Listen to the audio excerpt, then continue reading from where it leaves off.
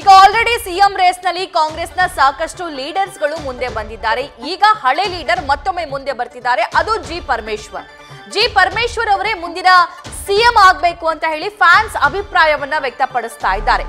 ಗೃಹ ಸಚಿವರ ನಿವಾಸದಲ್ಲಿ ಬೆಂಬಲಿಗರಿಂದ ಈ ಘೋಷಣೆಯನ್ನ ಕೂಗಲಾಗಿದೆ. ಜಿ ಪರಮೇಶ್ವರ್ ಅವರ ಸದಾಶಿವನಗರದಲ್ಲಿರೋ ನಿವಾಸ ಮುಂದಿನ ಸಿಎಂ ನೀವೇ ಅಂತ ಪರಮೇಶ್ವರ್ ಬೆಂಬಲಿಗರು ಹೇಳಿದ್ದಾರೆ. ಈ ವೇಳೆ ಸುಮ್ಮನೆ ಇರಿ ಅಂತ ಜಿ ಪರಮೇಶ್ವರ್ ಅವರು ಗದರಿರೋ ಪ್ರಸಂಗ ಕೂಡ ನಡೆದಿದೆ. ಆ ಕಡೆ ಬೆಳಗಾವಿಗೆ ಹೋದ್ರೆ ಸತೀಶ್ ಜಾರಕಿಹೊಳಿ ಅವರು ಸಿಎಂ ಆಗಬೇಕು, ಮುಂದಿನ ಸಿಎಂ ಆಗಬೇಕು ಅನ್ನೋ ಕೂಗು, ಮತ್ತೊಂದು ಕಡೆ ಎಂಬಿ ಪಾಟೀಲ್, ಹೀಗೆ ಒಬ್ಬೊಬ್ಬರೇ ಮುನ್ನೆಲೆಗೆ ಬರ್ತಾ ಇದ್ದಾರೆ. ಈಗ ಜಿ ಪರಮೇಶ್ವರ್ ಅವರು ಸಿಎಂ ಆಗಬೇಕು ಅನ್ನೋ ಕೂಗು. ಇಲ್ಲೇ ಒಳಗೆ ಕೊಟ್ಟಿದ್ದೀರಾ ಇದೊಂದು ಫೋಟೋ ಸರ್, ಬರೀ ರಾಯಚೂರು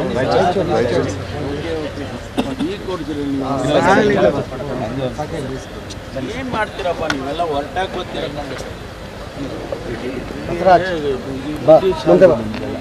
ಈ ಕಡೆ ಬಾ.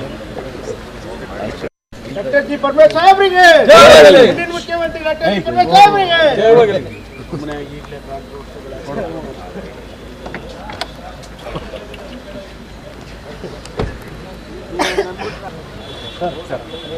ಇಲ್ಲೇ ಒಳಗೆ ಕೊಟ್ಟಿದ್ದೀರಾ ಇದೊಂದು ಫೋಟೋ ಸರ್, ಬರೀ ರಾಯಚೂರು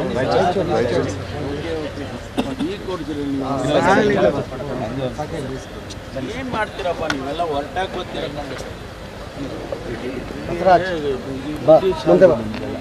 ಈ ಕಡೆ ಬಾ. ಡಾಕ್ಟರ್ ಜಿ ಪರಮೇಶ್ವರ್ ಸಾಹೇಬ್ರಿಗೆ ಮುಖ್ಯಮಂತ್ರಿ ಡಾಕ್ಟರ್ ಜಿ ಪರಮೇಶ್ವರ್ ಸಾಹೇಬ್ರಿಗೆ.